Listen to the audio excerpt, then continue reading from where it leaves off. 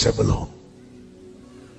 செபுலோனை பார்த்ததும் லேயாள் சொல்ற வார்த்தை, தேவன் எனக்கு நல்ல ஈவை தந்தார் என்று. இந்த லேயாளை குறித்து நமக்கு நன்றாய் தெரியும். வாழ்க்கையில குறைவு உள்ளவள், புருஷனால் நேசிக்கப்படாதவள். ராகேல் அவள் வீட்டில் தான் வளர்கிறாள். அவள் மிகவும் சௌந்தரியம் உள்ளவள். எனவே இந்த லேயாள் அற்பமா எண்ணப்பட்டாள். வேதம் சொல்லுகிறது, ஆதியாகமம் 29:31 லேயாள் அற்பமாய் எண்ணப்பட்டாள் என்று கர்த்தர் கண்டு அவள் கர்ப்பம் தரிக்கும்படி செய்தார்.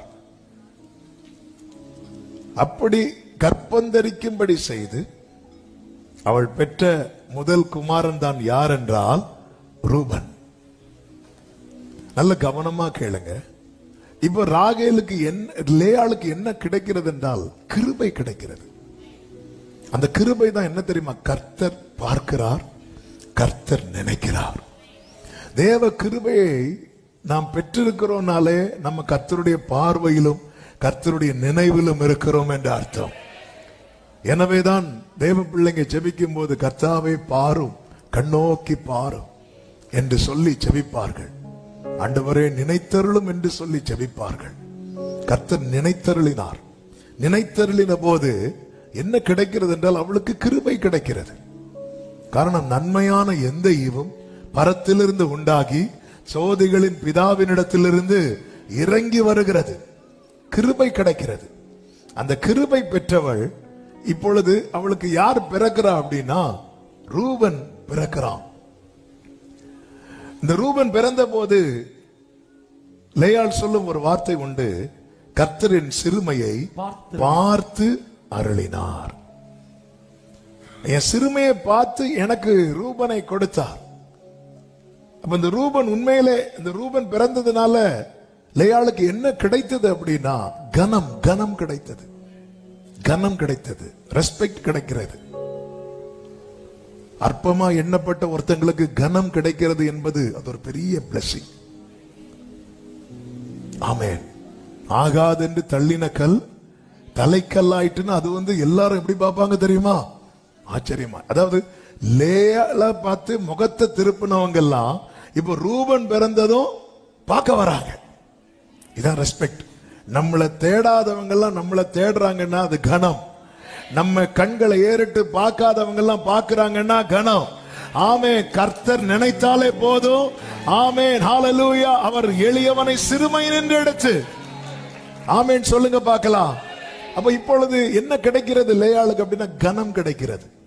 அதன் பிறகு பார்த்தீங்கன்னா அவள் சிறுமையை கேட்டருளி பார்த்தருளி ரூபனை கொடுக்கிறார். கேட்டருளி யாரை கொடுக்கிறார் அப்படின்னா சிமியோனை கொடுக்கிறார். சிமியோனை பெற்றுக்கொண்ட போது லேயாள் சொல்றாங்க, நான் அற்பமா எண்ணப்பட்டதை கர்த்தர் கேட்டருளி இவனையும் எனக்கு தந்தார். சிமியோன் கூட கொடுக்கப்படுகிறான் என்றால் இப்பொழுது லேயாள் உண்மையிலே கனம் பெற்றவளாய் மட்டுமல்ல ஆசீர்வதிக்கப்பட்டவளாக இருக்கிறாள். கனம் கிடைக்கிறது, ஆசீர்வாதம் கிடைக்கிறது. நான் ஆவிக்குரிய கண்ணோட்டத்தோடு சொல்லிக் கொண்டிருக்கிறேன்.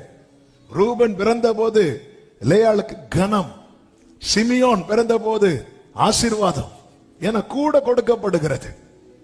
அங்க ஸ்டாப் ஆகல.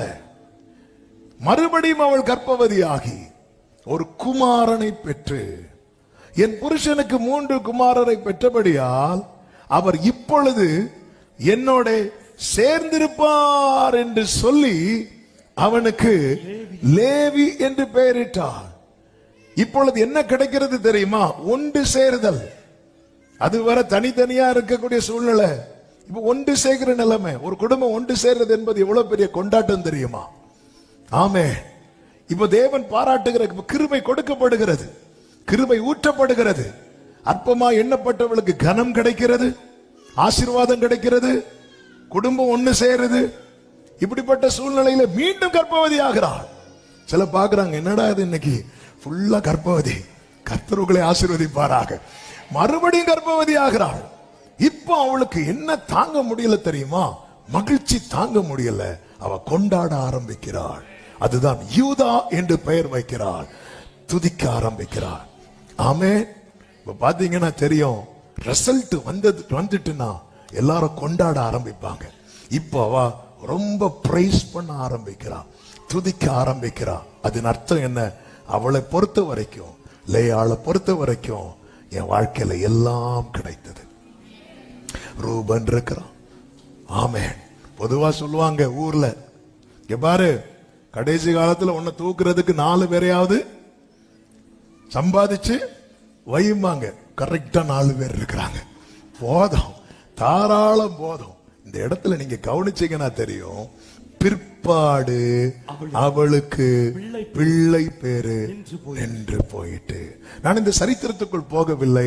நான் கர்த்தருடைய வார்த்தையை, கர்த்தருடைய ஆவியானவர் கடந்த நாட்களிலே அடியானோடு பேசின அந்த ஆவிக்குரிய கண்ணோட்டத்தோடு சொல்லுகிறேன். இந்த இடத்துல கிருபை நிறுத்தப்படுகிறது, கிருபை நிறுத்தப்படுகிறது. என தேவையானது கிடைத்து விட்டது.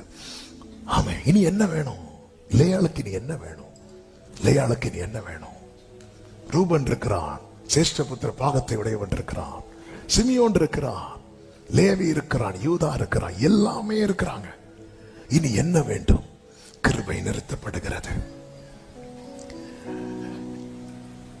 அப்ப யார் தேவையில்லை தெரியுமா? செபுலோன் தேவையில்லை. லேயாளுக்கு யார் தேவையில்லை? செபுலோன் தேவையில்லை. செபுலோன் கண்டிப்பா வேணுமான்னு கேட்டா இல்ல, இல்ல. செபுலோன் இல்லை என்றாலும் பரவாயில்லை. ஆனால் லேயாளுக்கு நீ செபுலோன் தேவையில்லை, தேவையில்லாம இருக்கலாம். ஆனால் கர்த்தருடைய திட்டம் என்ன தெரியுமா? இந்த நிறுத்தப்பட்ட கிருபையை நீட்டுவது கர்த்தருடைய சித்தமாக இருக்கிறது.